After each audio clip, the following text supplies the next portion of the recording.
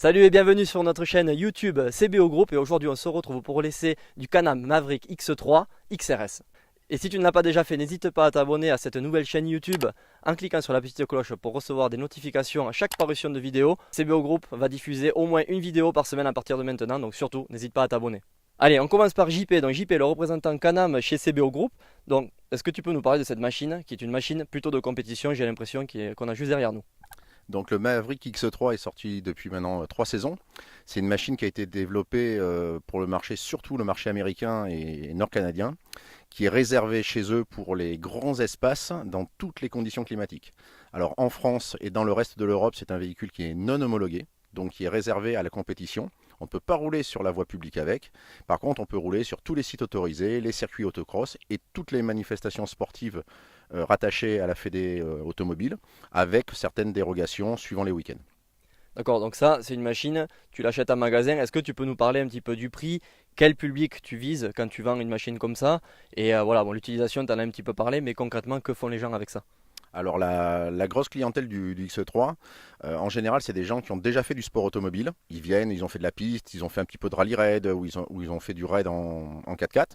Donc pour en revenir à ta question concernant le prix, la fourchette est assez large mais malheureusement un petit peu haute. Mais c'est ce qui fait aussi la qualité du produit.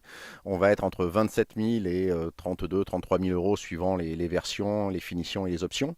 Sachant que donc la clientèle qui vient de l'automobile ne trouve pas ça excessivement cher du fait que c'est des gens qui roulaient déjà avec des véhicules qui valaient 70 80 000 euros et qui n'avaient pas surtout le facteur de la fiabilité par rapport au prix.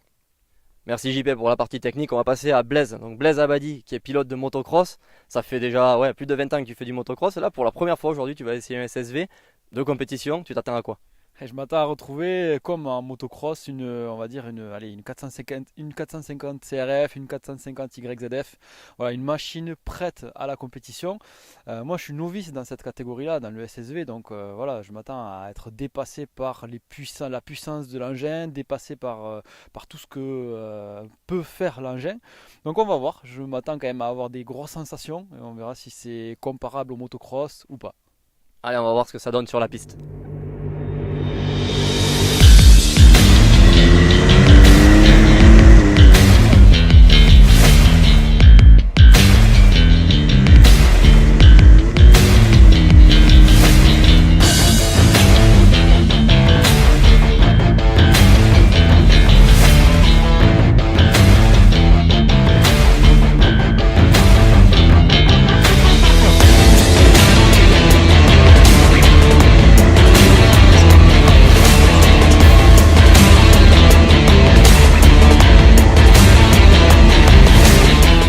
Allez Blaise, on te retrouve juste après l'essai du Can-Am Maverick X3 XRS. Donc qu'est-ce que tu en as pensé? Je vois que tu as le sourire, vu de l'extérieur, tu avais l'air de te faire plaisir.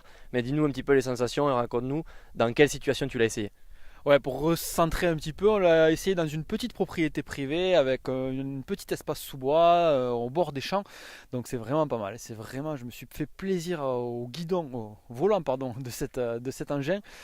C'est vraiment du pur plaisir. Alors, comme on l'a dit tout à l'heure, c'est exactement le cross, c'est-à-dire une Honda 450, une Yamaha 450, mais lié aux quatre roues. Bref, c'est vraiment du pur plaisir. Bon du coup là tu l'as dit, tu l'as essayé sur une propriété privée. On a senti que tu étais un petit peu sur la retenue. Est-ce que tu penses que c'est un engin qu'on peut utiliser partout, dans les cailloux, dans le sable, dans des grands espaces, dans du franchissement? Est-ce que tu penses que c'est une machine polyvalente ou plutôt destinée à la compétition? Bon, on le voit là, déjà dans les sous-bois, on est à l'aise avec cet engin, dans les parties un peu plus roulantes aussi.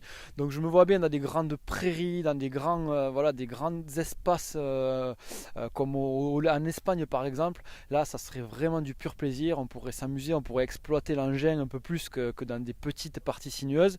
Mais voilà, on a l'impression de se sentir tout puissant au volant de cet engin. On a l'impression que rien ne peut nous arriver. On a des sensations énormes parce que quand on accélère, on a 170 chevaux qui arrivent. Il faut le dire quand même, 170 chevaux, c'est pour le rapport poids-puissance est extraordinaire et on retrouve des sensations. Alors comme on l'a dit tout à l'heure, c'est pas des sensations comparables au motocross parce qu'on n'a pas la partie course, etc. Mais c'est quand même de très très bonnes sensations. Et moi je me vois bien plus tard après la moto. Bien sûr, on l'a dit, le gros inconvénient c'est le prix, le tarif de cet engin, mais pourquoi pas, si j'ai les moyens, me faire plaisir après, une fois que la partie motocross, une fois que les blessures ont pris le dessus, voilà, passer sur ça. Tu parlais de moyens, mais est-ce que c'est aussi adapté à tout le monde en termes de pilotage ou est-ce qu'il faut avoir déjà connu des sports mécaniques pour piloter un engin comme ça? Là, on le voit dès la première sortie, c'est assez facile à prendre en main. La caractéristique de l'engin, c'est que c'est assez bas, assez large, donc ça permet de ne pas se retourner facilement. Donc moi je pense que très franchement, en une sortie, on arrive à le prendre en main facilement. Après, l'exploiter à fond, bien sûr, ça sera après, c'est plus tard. Mais s'en servir et se faire plaisir, on peut le faire directement. Voilà, merci Blaise. Donc c'était l'avis du novice. Je pense que plus tard on le verra sur 4 roues et on se retrouve très bientôt sur une vidéo CBO.